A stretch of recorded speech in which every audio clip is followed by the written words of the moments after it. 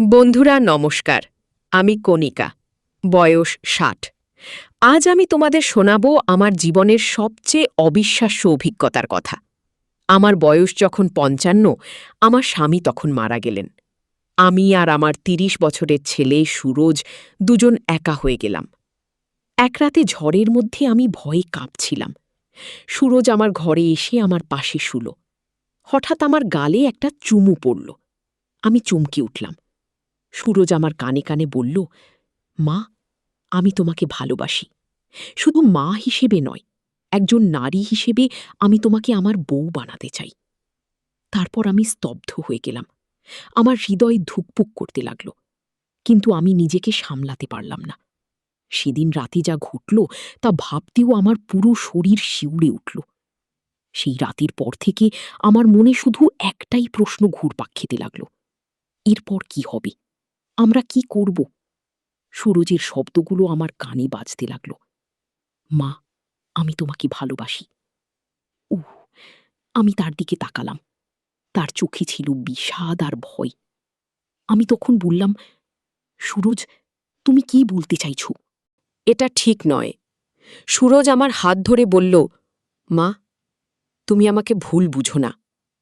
আমি তোমাকে ভালোবাসি, তা সত্যি। কিন্তু সেটা শুধু মা হিসেবেই নয়, বরং সেই নারী হিসেবেও যিনি আমার জন্য সবকিছু ত্যাগ করেছেন। আমি যখন দেখি তুমি এভাবে একা আছো, আমার বুক ভেঙে যায়। আমি চাই তুমি আবার হাসো, আবার জীবনে এগিয়ে যাও। আমি বুঝতে পারলাম না তার কথার মানে কি। তারপর সে একটা চিঠি বের করল। বলল, বাবার মৃত্যুর আগে তিনি আমাকে একটা রহস্যময় চিঠি দিয়েছিলেন। এতে লেখা আছে যে তার একটা বড় গোপন আছে, যা তুমিও জানো না। আগে আমি অবাক হয়ে তার দিকে তাকালাম। সুরজ আবার বলল, বাবা লিখেছেন তার বাবার একটা বাড়ি আছে উত্তরবঙ্গে, দার্জিলিংয়ের পাশে। কেউ জানে না এটার কথা। এই বাড়িতে নাকি অনেক মূল্যবান জিনিস আছে, কিন্তু এই বাড়ি খুঁজে বের করতে হলে আমাদের দুজনকে একসাথে যেতে হবে। আমাদের ভান করতে হবে যে আমরা স্বামী স্ত্রী, নইলে সেখানে ঢুকতে দেবে না। আমি তখনও বিশ্বাস করতে পারছিলাম না আমার স্বামী কিভাবে এতদিন এমন একটা গোপন রাখলেন। সুরজ বলল, মা, আমি জানি এটা অদ্ভুত শোনাচ্ছে, কিন্তু আমাদের যেতে হবে। বাবা লিখেছেন যে সেই বাড়িতে তার বাবার একটা বড় সম্পত্তি লুকানো আছে, যা আমাদের ভবিষ্যৎ পরিবর্তন করে দিতে পারে। কিন্তু সময় কম। আমাদের আগামীকাল রাতের মধ্যেই রওনা দিতে হবে। আমি বুঝলাম সুরজ কখনোই অনুপযুক্ত কিছু বলতে চায়নি, বরং সে আমাকে সাহায্য করতে চেয়েছিল। আমি স্বস্তি পেলাম। পরদিন আমরা দুজন দার্জিলিংয়ের দিকে রওনা দিলাম। আমাদের একটাই উদ্দেশ্য, সেই রহস্যময় বাড়ি খুঁজে বের করা এবং আমার স্বামীর গোপন সম্পত্তি পাওয়া। আমার মনে প্রশ্ন ছিল, কেন তিনি আমাকে কখনো এই বিষয়ে বলেননি? ট্রেনে যাওয়ার সময় সুরজ আমাকে বলল, মা, বাবার চিঠিতে আরও বলা আছে যে আমাদের সেখানে পৌঁছানোর পর আমাদের একটা নতুন নাম ব্যবহার করতে হবে। আমি হব বিকাশ, আর তুমি হবে সুমিতা। স্থানীয় লোকেরা খুব সন্দেহপ্রবণ, তাই আমাদের স্বামী স্ত্রী সাজতে হবে। গু, আমি মাথা নাড়লাম। ঠিক আছে, কিন্তু আমাদের খুব সাবধানে থাকতে হবে, কেউ যেন বুঝতে না পারে আমরা কি। দার্জিলিং স্টেশনে পৌঁছে আমরা একটা ছোট হোটেলে সুরজের কাছে ছিল একটা পুরানো মানচিত্র, যেটা তার বাবা চিঠির সাথে দিয়েছিলেন। সেই মানচিত্র অনুসরণ করে আমরা শহর থেকে দূরে পাহাড়ের ঢাল বেয়ে উপরে উঠতে লাগলাম। পথে যেতে যেতে আমরা একটা পুরানো ডাক বাংলোতে থামলাম। এখানে একজন বয়স্ক চৌকিদার ছিলেন। তিনি আমাদেরকে দেখে খুব অবাক হলেন। আপনারা এখানে কি করছেন?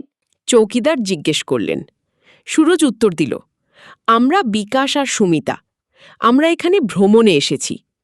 চৌকিদার সন্দিগ্ধভাবে আমাদের দিকে তাকালেন। এটা সাধারণ পর্যটন এলাকা নয়, আপনারা কি সত্যি ভ্রমণে এসেছেন? সুরজ তার পকেট থেকে একটা পুরানো ঘড়ি বের করল। আসলে আমরা এটার মালিক খুঁজছি, আমার বাবার কাছ থেকে পেয়েছি। উকিদার ঘড়িটা দেখে চমকে উঠলেন। এটা এই ঘড়ি? এটা তো রায় পরিবারের সম্পত্তি। আপনি কি মিস্টার রায়ের পুত্র? সুরজ মাথা। হ্যাঁ, আমি বিনো রায়ের ছেলে। চৌকিদার আমাদের দিকে তাকিয়ে বললেন, আসুন, আপনাদের সাথে আমার কিছু কথা আছে। গি তিনি আমাদের একটা পুরানো কক্ষে নিয়ে গেলেন। সেখানে তিনি একটা ছবি দেখালেন। আমি চমকে উঠলাম। ছবিতে আমার স্বামী ছিলেন, কিন্তু তার পাশে আরেকজন মহিলা, যাকে আমি চিনি না। চৌকিদার বললেন, এই মহিলা ছিলেন আপনার স্বামীর প্রথম স্ত্রী, সুবর্ণা। তিনি মারা গেছেন প্রায় ৩৫ বছর আগে, আপনাদের বিয়ের আগে। আমি স্তব্ধ হয়ে গেলাম। আমার স্বামী কখনো আমাকে বলেননি যে তিনি আগে বিবাহিত ছিলেন। চৌকিদার আবার বললেন, সুবর্ণা ছিলেন এই অঞ্চলের বড় জমিদারের মেয়ে। তার পিতার বিশাল সম্পত্তি ছিল, কিন্তু তার একটি শর্ত ছিল, যদি সুবর্ণার সন্তান না হয় তাহলে সমস্ত সম্পত্তি ফিরে যাবে জমিদার পরিবারের কাছে। দুর্ভাগ্যবশত সুবর্ণা মারা গেলেন, কোনো সন্তান না রেখে। আমি সুরজের দিকে তাকালাম। সে বিষণ্ণ মুখে শুনছিল। চৌকিদার চালিয়ে গেলেন। মিস্টার রায় তারপর কলকাতা চলে গেলেন। আমি শুনেছি তিনি আবার বিয়ে করেছিলেন, কিন্তু আর কখনো এখানে ফিরে আসেননি। সুরজ জিজ্ঞেস করল, কিন্তু বাবা আমাকে একটা চিঠি দিয়েছিলেন। এখানে বলা আছে যে এখানে একটা গোপন সম্পত্তি আছে। কি? আমি জানি না আমার আর কতদিন বাঁচব, কিন্তু আমি জানি আমি সন্তুষ্ট চলে যাব। আমার জীবন সার্থক হয়েছে, আমার সন্তান সুখী, আমার পরিবার একসাথে আছে। এর চেয়ে বেশি আর কি চাই? কাল রাতে আমি একটা স্বপ্ন দেখলাম। স্বপ্নে আমার স্বামী আর সুবর্ণা দুজনকেই দেখলাম। তারা আমার দিকে তাকিয়ে হাসছিলেন। আমি জানি তারা খুশি যে আমি তাদের বিশ্বাস রক্ষা করেছি। জীবন অদ্ভুত। আমরা কখনো জানি না কোন মোড়ে কি অপেক্ষা করছে। আমি যদি সেদিন সুরজের পাশে শুতে না দিতাম, যদি তার কথা শুনে ভুল বুঝতাম, তাহলে হয়তো আমরা কখনো সত্য জানতে পারতাম না। আজ রাতে আমি আমার ডায়েরিতে শেষ পাতা লিখছি। আমি লিখছি আমার জীবনের গল্প, যাতে আমার নাতি নাতনিরা একদিন জানতে পারে তাদের পরিবারের ইতিহাস, যাতে তারা জানে ভালোবাসা কখনো রক্তের বন্ধনে আবদ্ধ থাকে না। সিমলার এই ছোট বাড়িতে হিমালয়ের কোলে আমি শান্তি পেয়েছি। জীবনের আশীর্বাদে আমি ধন্য। আমার নাম কণিকা, আমার বয়স ৬০, আর এটাই আমার গল্প। এই অঞ্চলের বড় জমিদারের মেয়ে। তার পিতার বিশাল সম্পত্তি ছিল, কিন্তু তার একটি শর্ত ছিল, যদি সুবর্ণার সন্তান না হয় তাহলে সমস্ত সম্পত্তি ফিরে যাবে জমিদার পরিবারের কাছে। দুর্ভাগ্যবশত সুবর্ণা মারা গেলেন কোনো সন্তান না রেখে। আমি সুরজের দিকে তাকালাম। সে বিষণ্ণ মুখে শুনছিল। চৌকিদার চালিয়ে গেলে। মিস্টার রায় তারপর কলকাতা চলে গেলেন। আমি শুনেছি তিনি আবার বিয়ে করেছিলেন, কিন্তু আর কখনো এখানে ফিরে আসেননি। সুরজ জিজ্ঞেস করল, কিন্তু বাবা আমাকে একটা চিঠি দিয়েছিলেন। এখানে বলা আছে যে এখানে একটা গোপন সম্পত্তি আছে। চৌকিদার মাথা নাড়লেন। হ্যাঁ, জমিদার বাড়িতে একটা গোপন তহবিল আছে, কিন্তু সেটা পাওয়ার জন্য রায় পরিবারের রক্তের কাউকে দরকার। মিস্টার রায় জানতেন এটা, তাই তিনি কখনো ফিরে আসেননি, কারণ তার কোনো সন্তান ছিল না সুবর্ণার সাথে। অবাক করার মতো। চৌকিদার সুরজের দিকে তাকিয়ে বললেন, কিন্তু আপনি মিস্টার রায়ের পুত্র, তাই না? আপনার বয়স কত?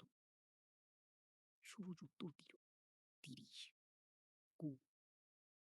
চৌকিদার আবারও অবাক হল। ৩০? কিন্তু মিস্টার রায় তো কলকাতা গেলেন প্রায় ৩৫ বছর আগে। আপনি কিভাবে? হঠাৎ চৌকিদারের মুখ পাংশু হয়ে গেল। আপনি কি সুবর্ণার পুত্র?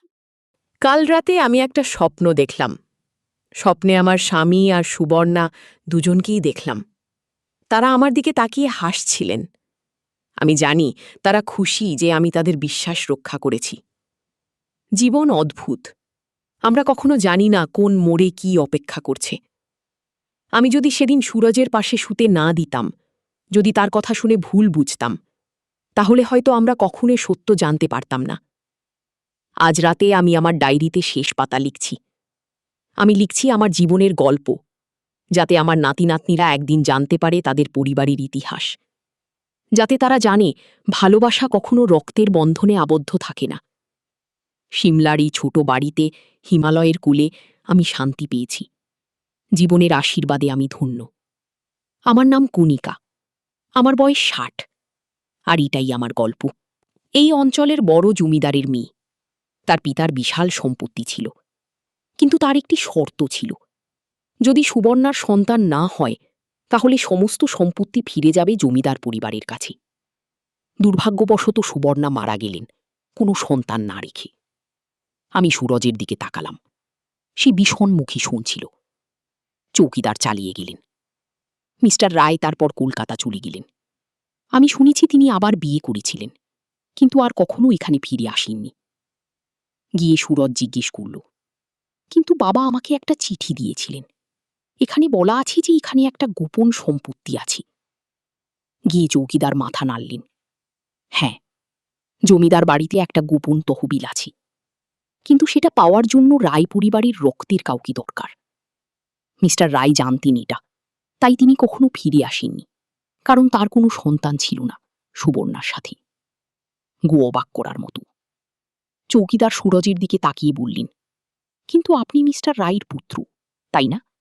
আপনার বয়স কত? সুরজ উত্তর দিল, ৩০। গো। চৌকিদার আবারও অবাক হলেন। ৩০? কিন্তু মিস্টার রায় তো কলকাতা গেলেন প্রায় ৩৫ বছর আগে। আপনি কিভাবে? গো। হঠাৎ চৌকিদারের মুখ পাংশ হয়ে গেল। আপনি কি সুবর্ণার পুত্র? কাল রাতে আমি একটা স্বপ্ন দেখলাম। স্বপ্নে আমার স্বামী আর সুবর্ণা দুজনকেই দেখলাম। তারা আমার দিকে তাকিয়ে হাসছিলেন। আমি জানি তারা খুশি যে আমি তাদের বিশ্বাস রক্ষা করেছি। জীবন অদ্ভুত। আমরা কখনো জানি না কোন মোড়ে কি অপেক্ষা করছে।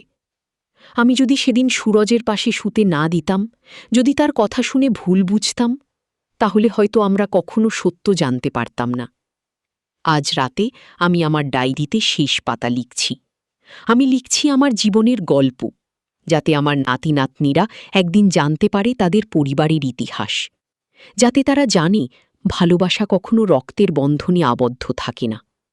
সিমলার এই ছোট বাড়িতে হিমালয়ের কোলে আমি শান্তি পেয়েছি। জীবনের আশীর্বাদে আমি ধন্য। আমার নাম কণিকা। আমার বয়স ৬০। আর এটাই আমার গল্প। এই অঞ্চলের বট জমিদারের মেয়ে। তার পিতার বিশাল সম্পত্তি ছিল, কিন্তু তার একটি শর্ত ছিল। যদি সুবর্ণার সন্তান না হয়, তাহলে সমস্ত সম্পত্তি ফিরে যাবে জমিদার পরিবারের কাছে। দুর্ভাগ্যবশত সুবর্ণা মারা গেলেন, কোনো সন্তান না রেখে। গু। আমি সুরজের দিকে তাকালাম। সে বিষণ্ণ মুখে শুনছিল। চৌকিদার চালিয়ে গেলেন। মিস্টার রায় তারপর কলকাতা চলে গেলেন। আমি শুনেছি তিনি আবার বিয়ে করেছিলেন, কিন্তু আর কখনো এখানে ফিরে আসেননি। গিজ জিজ্ঞেস করল, কিন্তু বাবা আমাকে একটা চিঠি দিয়েছিলেন। এখানে বলা আছে যে এখানে একটা গোপন সম্পত্তি আছে।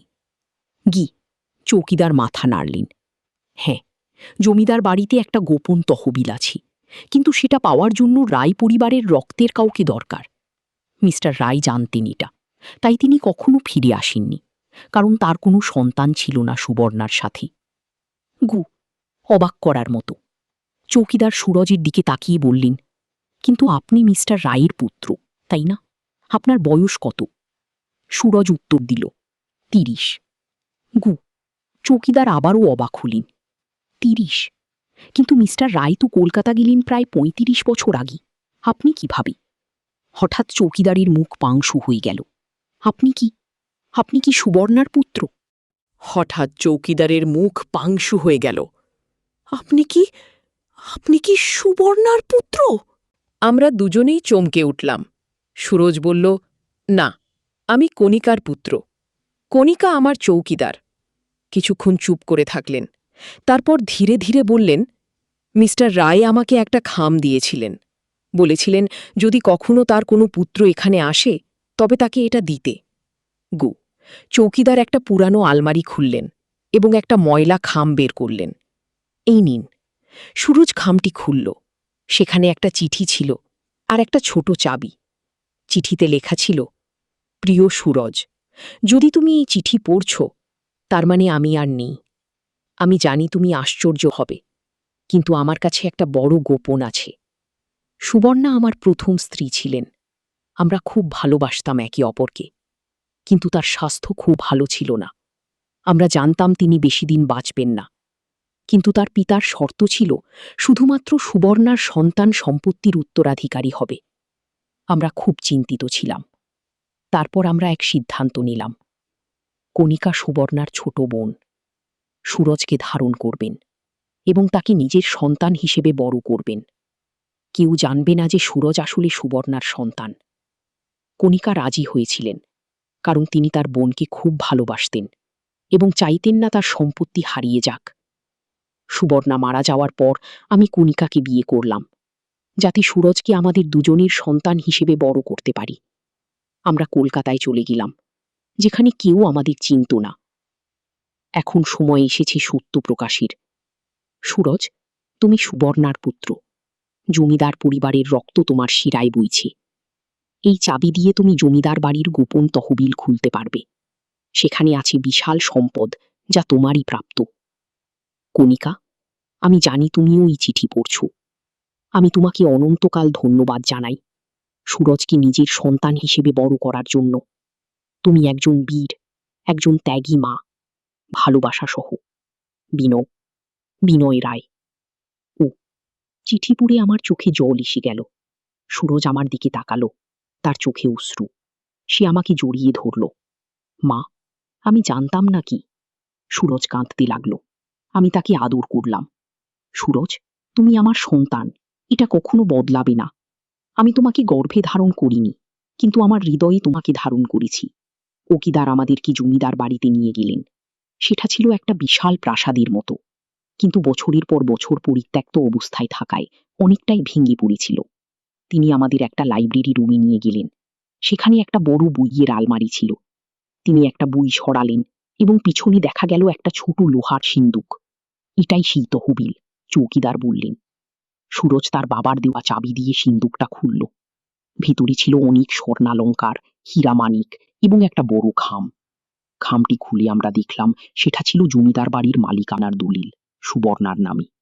এর সাথে ছিল আরেকটি চিঠি, জমিদারের কাছ থেকে, যেখানে লেখা ছিল, যদি আমার নাতি কখনো ফিরে আসে, তাহলে এই সম্পত্তি তার। সুরজ আমার দিকে তাকালো। মা, এই সম্পত্তি আমার, কিন্তু আমি এটা চাই না। যদি এর মানে হয় তোমাকে হারাতে হবে। আমি তাকে জড়িয়ে ধরলাম। সুরজ, তুমি কখনো আমাকে হারাবে না। আমি তোমার মা, চিরকাল গো। সেই দিন থেকে আমাদের জীবন বদলে গেল। সুরজ জমিদার বাড়ির মালিক হয়ে গেল। সে সেখানে একটা বড় স্কুল খুলল গরিব বাচ্চাদের জন্য। আমাদের এখন নতুন পরিচয়, সুরজ রায়, জমিদার পরিবারের শেষ উত্তরাধিকারী, এবং আমি তার মা। এই অবিশ্বাস্য অভিজ্ঞতা আমাকে শিখিয়েছে যে ভালোবাসা কখনো রক্তের বন্ধনে সীমাবদ্ধ নয়। কখনো কখনো ভাগ্য আমাদের এমন পথে নিয়ে যায় যেখানে আমরা কখনো যেতে চাইনি, কিন্তু সেই পথের শেষে আমরা পাই অদ্ভুত সৌন্দর্য, একটা সত্য যা আমাদের জীবনকে অর্থপূর্ণ করে তোলে। আমার গল্প এখানেই শেষ। একজন মা হিসেবে আমার অভিজ্ঞতা, একটা রহস্যময় অতীত এবং একটা অপ্রত্যাশিত ভবিষ্যৎ। কিন্তু এই সব কিছুর মধ্যে একটা জিনিস অপরিবর্তিত রয়ে গেছে, আমার পুত্রীর প্রতি আমার অসীম ভালোবাসা। অতিরিক্ত অংশ। আজ সুরজের বয়স 40। সে বিয়ে করেছে একজন সুন্দর মেয়েকে, অনামিকা। তাদের দুটো বাচ্চা আছে, একটা ছেলে আর একটা মেয়ে। ছেলের নাম বিনয়, তার দাদার নামে, আর মেয়ের নাম সুবর্ণা, তার প্রকৃত মায়ের নামে। দার্জিলিংয়ের জমিদার বাড়ি এখন একটা বড় সংগ্রহশালা, যেখানে রাখা আছে অনেক ঐতিহাসিক জিনিসপত্র। সুরজ এই বাড়ির একটা অংশ খুলে দিয়েছে পর্যটকদের জন্য, যাতে সবাই জমিদার পরিবারের ইতিহাস জানতে পারে। প্রতি বছর আমরা সবাই একবার সেখানে যাই, সুবর্ণার জন্মদিনে। সেদিন আমরা তার সমাধিতে ফুল দিই এবং তাকে ধন্যবাদ জানাই তার ত্যাগের জন্য। আমি এখন বৃদ্ধা, কিন্তু আমার হৃদয় এখনো তরুণ।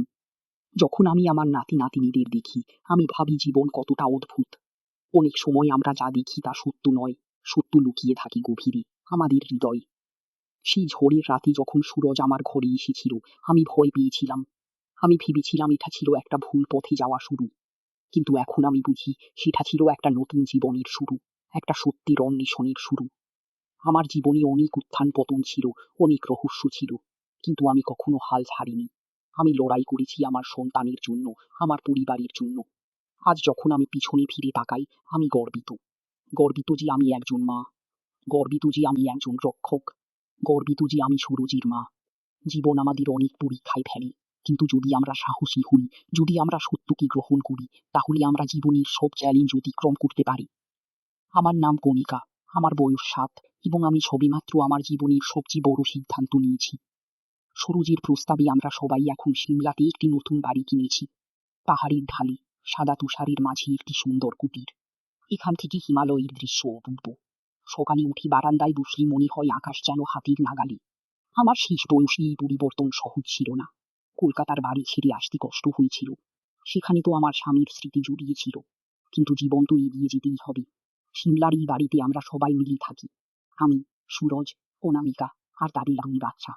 এখানে আসার পর থেকে আমার স্বাস্থ্য ভালো হয়েছে। পাহাড়ি বাতাসে আমার হাঁপানি কমে গেছে। সুরজ এখানে একটি ছোট ব্যবসা শুরু করেছে পাহাড়ি ফল দিয়ে জ্যাম তৈরি করার। স্থানীয় লোকেরা সাহায্য করে, আর আমরা সেই জ্যাম দেশের বিভিন্ন জায়গায় পাঠাই। ব্যবসাটা ভালোই চলছে। বিনু আর সুবর্ণা এখানে খুব আনন্দে আছে। স্কুল থেকে ফিরে তারা পাহাড়ে চড়তে যায়, স্থানীয় বাচ্চাদের সাথে খেলাধুলা করে। তাদের মুখে হাসি দেখে আমার মন ভরে যায়। গত মাসে আমরা সবাই মিলে দার্জিলিংয়ে বেড়াতে গিয়েছিলাম। জমিদার বাড়িটা এখন পুরোপুরি নবকরণ করা হয়েছে। সেখানে এখন অনেক পর্যটক আসে। সুরজির স্কুলটি এখন একটি বড় শিক্ষা প্রতিষ্ঠানে পরিণত হয়েছে। আমি যখন সেই বাড়িতে যাই, সুবর্ণার ছবির সামনে দাঁড়াই। আমি তাকে বলি, বোন, তোমার ছেলে তোমাকে গর্বিত করেছে। সে একজন ভালো মানুষ হয়েছে কি? আমি জানি না আমার আর কতদিন বাঁচব, কিন্তু আমি জানি আমি সন্তুষ্ট চলে যাব। আমার জীবন সার্থক হয়েছে, আমার সন্তান সুখী, আমার পরিবার একসাথে আছে। এর চেয়ে বেশি আর কি চাই? কাল রাতে আমি একটা স্বপ্ন দেখলাম। স্বপ্নে আমার স্বামী আর সুবর্ণা দুজনকেই দেখলাম। তারা আমার দিকে তাকিয়ে হাসছিলেন। আমি জানি তারা খুশি যে আমি তাদের বিশ্বাস রক্ষা করেছি। জীবন অদ্ভুত। আমরা কখনো জানি না কোন মোড়ে কি অপেক্ষা করছে। আমি যদি সেদিন সুরজের পাশে শুতে না দিতাম, যদি তার কথা শুনে ভুল বুঝতাম, তাহলে হয়তো আমরা কখনো সত্য জানতে পারতাম না। আজ রাতে আমি আমার ডায়েরিতে শেষ পাতা লিখছি। আমি লিখছি আমার জীবনের গল্প, যাতে আমার নাতি নাতনিরা একদিন জানতে পারে তাদের পরিবারের ইতিহাস, যাতে তারা জানি ভালোবাসা কখনো রক্তের বন্ধনে আবদ্ধ থাকে না। সিমলার এই ছোট বাড়িতে, হিমালয়ের কোলে আমি শান্তি পেয়েছি। জীবনের আশীর্বাদে আমি ধন্য। আমার নাম কণিকা, আমার বয়স 60, আর এটাই আমার গল্প।